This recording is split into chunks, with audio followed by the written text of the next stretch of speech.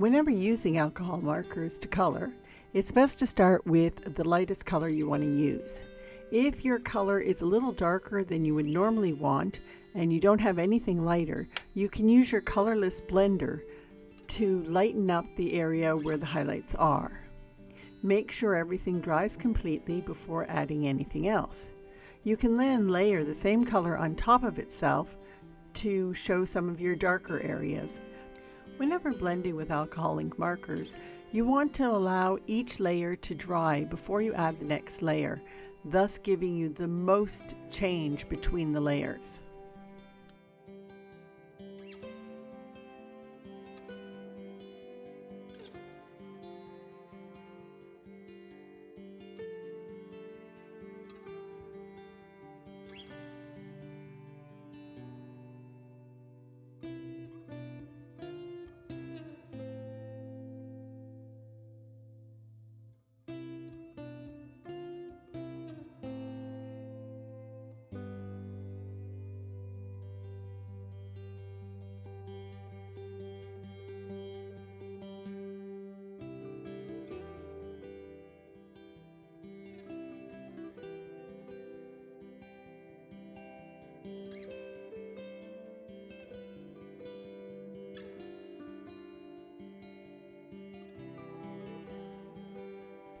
As you add darker colors and you want them to look more natural, once you finish the layer with the dark color, go back with the previous color that you were coloring in with and go over the dark color as well as the lighter color to make this more of a seamless blend.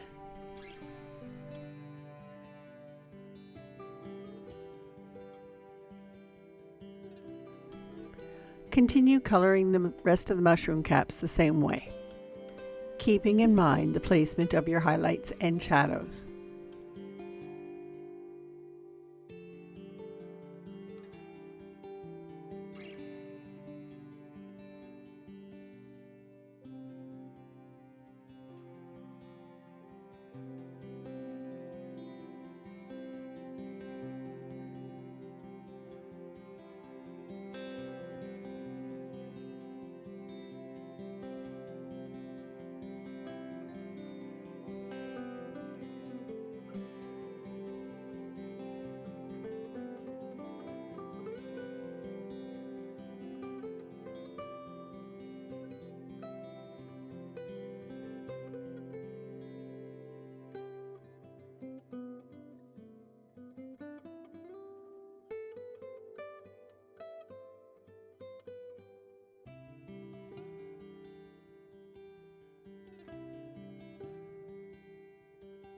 With each new section I start, I will always start with my lightest color, then go in with the darker color, and then if I need it to blend together, I'll go back to the light color and dark again, and repeat this as often as I need.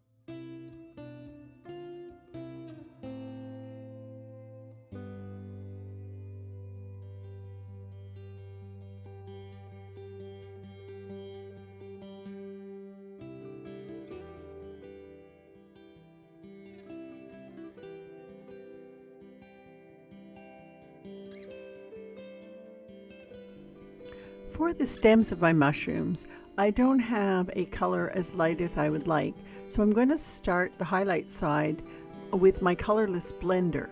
And I'm going to go up and down and saturate it with the colorless blender wherever I want the highlights, and then proceed with my next color.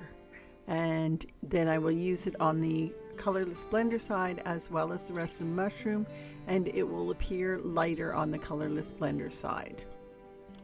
Once I have colored it, if I don't think it's light enough, I'll go back over it again with my colorless blender to actually lift some of the color until I get the color that I am looking for.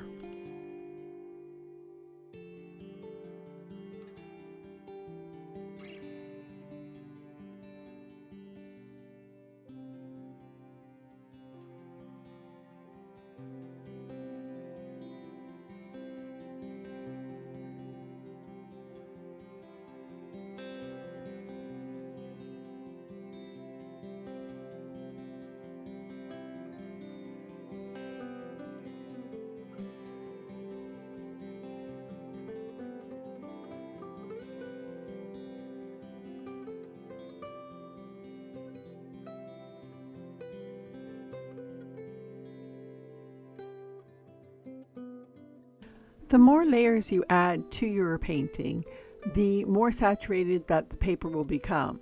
So you do have to stop occasionally and give everything a chance to dry so that you can actually see the true colors, and then see if you need to go back in and to darken some elements or lighten them at that time.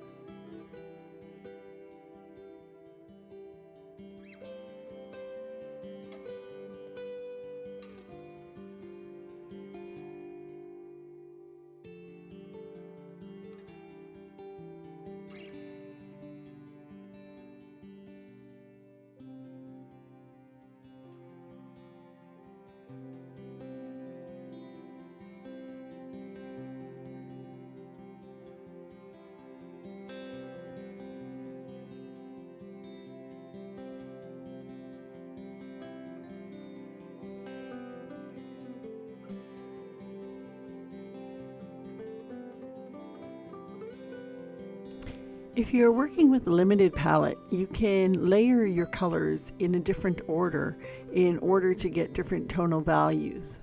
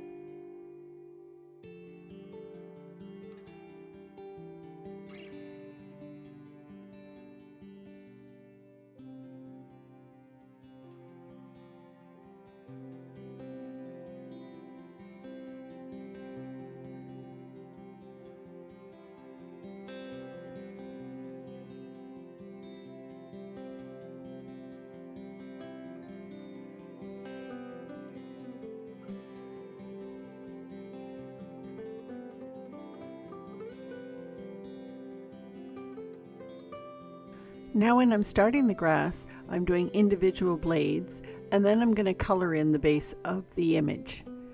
I usually want to do at least 2 layers so that you don't see your brush marks, so the more ink and the saturation of it will blend it all nicely, and then I will continue going on with more blades in a darker color and then coming back to the light and going back to the dark again.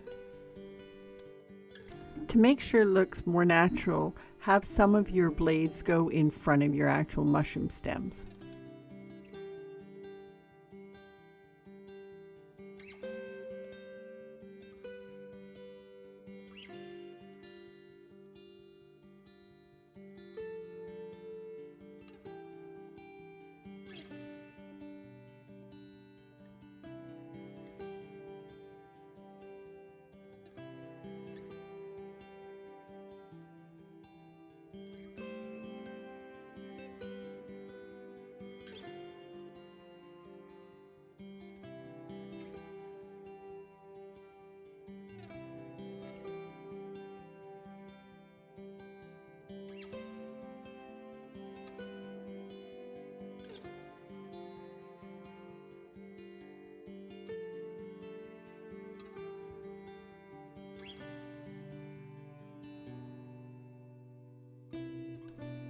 For the sky, you'll notice I started with my brush tip, but I quickly changed over to the chisel tip because the chisel tip can cover a larger area quickly, and it's much easier to do a sky like that. And you will also notice that I keep doing sections and I go back into the previous section so that I end up building my layers and having all my brush strokes blend into each other. If I did it just the once, then you would see where all my brush strokes stop. By doing it this way, I can go back and forth, and the paper is very saturated and the color will look much more blended and the sky will look more natural.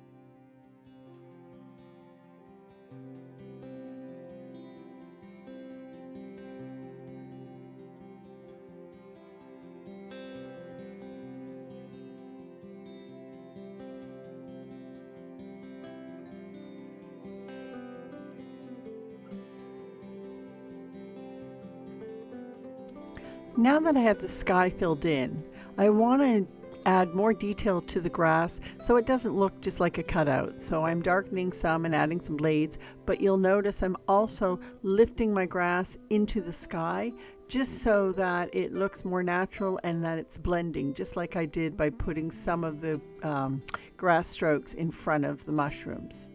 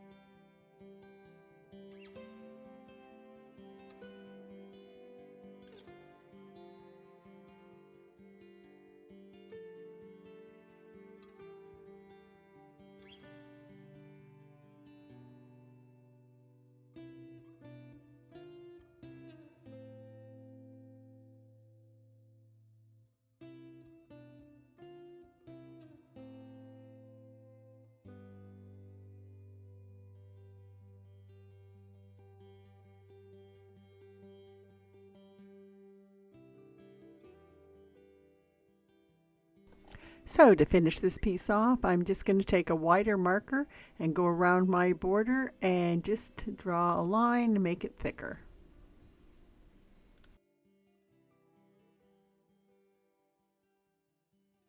Please subscribe to my channel if you'd like to see more of my videos.